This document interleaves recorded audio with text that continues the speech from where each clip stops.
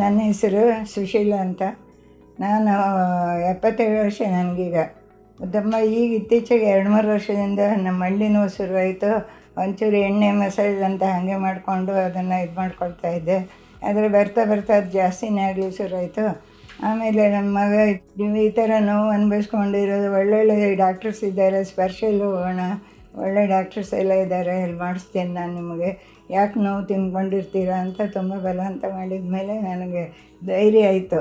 ನಾವು ಇಲ್ಲಿ ಯಶವಂತಪುರದಲ್ಲಿರುವಂಥ ಸ್ಪರ್ಶ ಆಸ್ಪತ್ರೆಗೆ ಬಂದು ಡಾಕ್ಟರ್ ಅನಿಲ್ ಪಾಟೀಲ್ ಅವ್ರನ್ನೇ ನಾವು ಮೊದಲು ಇದು ಮಾಡಿದ್ದು, ಭೇಟಿಯಾಗಿ ಅವರ ಥರನೇ ಅವರು ಎಕ್ಸ್ರೇ ಎಲ್ಲ ತೆಗೆದು ಇದನ್ನು ಮಾಡಿದ ಮೇಲೆ, ಅವ್ರ ಮಾತುಗಳೆಲ್ಲ ಕಡಿದ ಮೇಲೆ ಇದ್ದದ್ದು ಧೈರ್ಯ ಬಂತು ಸ್ವಲ್ಪ.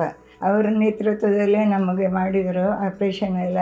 ಒಂಚೂರು ಮಾಡಿದ ನನಗೆ ಹೆಂಗೆ ಮಾಡಿದ್ದಾರೆ ಏನು ಅನ್ನೋದು ಚೂರು ನೋವು ಬಾಧೆ ಇಲ್ಲದೆ ನಾನು ಆರಾಮಾಗಿ ಖುಷಿಯಾಗಿ ಅನುಭವಿಸಿದೆ ಅದನ್ನು.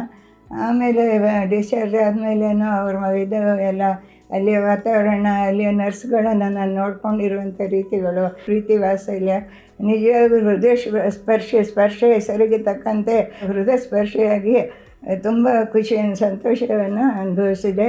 ಈಗ ನಾನು ಆರೋಗ್ಯವಾಗಿದ್ದೀನಿ. ಮಾರನೇ ದಿನವೇ ನನಗೆ ಕಾಲು ಉರಿಯೋಂಗೆ ಇದು ನೋವು ಇದು ಏನೂ ಕಾಣಿಸ್ಕೊಳ್ಳದೆ ತುಂಬ ಸಂತೋಷವಾಗಿದ್ದೀನಿ ನಾನಿವಾಗ.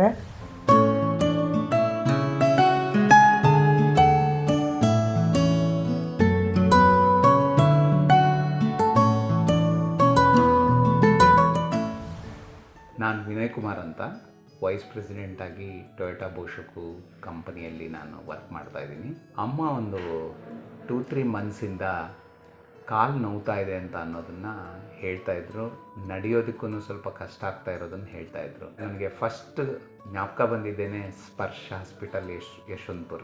3-4 ರೀತಿಯಿಂದಾಗಿ ನನಗೆ ಸ್ಪರ್ಶ್ ಜ್ಞಾಪಕ ಬಂತು. ಒಂದು, ಮೊದಲು ನಮ್ಮ ತಂದೆಯವ್ರನ್ನ ನನಗೆ ಇಲ್ಲಿ ತೋರಿಸಿದ್ದು, ಆ ಎಕ್ಸ್ಪೀರಿಯೆನ್ಸ್ ನನಗೆ ಯಾವಾಗಲೂ ಇತ್ತು. ಮತ್ತು ಈ ಹಾಸ್ಪಿಟಲನ್ನು ಬೋನು ಮತ್ತು ಆರ್ಥೋಪೆಡಿಕ್ ಈ ಏರಿಯಾದಲ್ಲಿ ಪ್ರೊಫೆಷ್ನಲ್ ಇರೋದನ್ನು ನನಗೆ ಗೊತ್ತಾಗಿತ್ತು. ಅದಲ್ಲದೆ ನಾನೊಂದು 2-3 ಡಾಕ್ಟ್ರನ್ನ ಕೇಳಿದಾಗ ಇಲ್ಲಿ ಒಳ್ಳೆ ಇದಿದೆ, ಮತ್ತು ಅದರಲ್ಲೂ ಅನಿಲ್ ಪಾಟೀಲ್ ಅವರನ್ನ ಒಳ್ಳೆ ಡಾಕ್ಟರ್ ಅಂತ ಹೇಳಿದ್ದಕ್ಕೆ ನಾನು ಒಂದು ಸ್ಯಾಟರ್ಡೆ ಕರ್ಕೊಂಡು ಬಂದು ತೋರಿಸ್ದೆ. ಅವ್ರ ಹತ್ರ ಫಸ್ಟ್ ಮಾತಾಡೋಕ್ಕೆ ಒಂದು ಸಂದರ್ಭದಲ್ಲೇ ಎಷ್ಟು ಸಿಂಪಲ್ ಪರ್ಸನ್ ಇದ್ದಾರೆ, ಎಷ್ಟು ಡೌನ್ ಟು ಅರ್ತ್ ಇದ್ದಾರೆ, ಎಷ್ಟು ಕೇರ್ ಮಾಡ್ತಾರೆ ಅಂತ ಎಲ್ಲ ನೋಡಿದಾಗ ಅಮ್ಮಂಗೆ ತುಂಬಾ ಇಷ್ಟ ಆಯಿತು ಆ ಡಾಕ್ಟ್ರ್ ಬಗ್ಗೆ. ನಾವು ಒಮ್ಮೆ ಹಾಸ್ಪಿಟ್ಲಲ್ಲಿ ಒಬ್ಬರು ಡಾಕ್ಟ್ರಿಂದಾಗಿ ಆ hospital ಬೇಕನ್ಸುತ್ತೆ.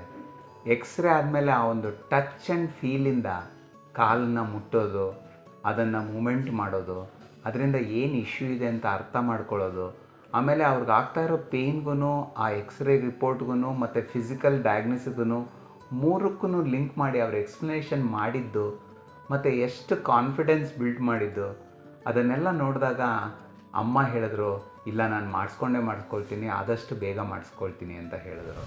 Mrs. Susheelamma and her son, Mr. Vinay, came to see us at SPARSH Hospital for an ailment that she was suffering for the last 6 months. She had an aggravation of her right knee pain for the last 2 to 3 months, and she was having difficulty in walking. They were quite apprehensive about a knee replacement surgery since she was 77 years old, and they were not too sure whether she would sustain the surgery. We counseled her and we assured her that this was a fairly simple procedure and SPARSH Hospital was the right place to undergo such a complex procedure. She was admitted 1 day prior to the surgery, where a basic pre-operative workup was done, and once we deemed her fit for surgery, the next day we took her up for the total knee replacement procedure. The procedure took hardly an hour, and once she was out of the operation theatre, the rehab was immediately started. She is currently hospitalized and recovering very well. The physiotherapists are working on her twice a day, and she is quite confident that she will be back to her normal day-to-day activities. What we need for a successful knee replacement surgery is a good team, which we have at SPARSH Hospital, and more importantly, we need a motivated patient, and we are thankful to Mrs. Susheelamma and her son Mr. Vinay for having faith in us to treat her current condition.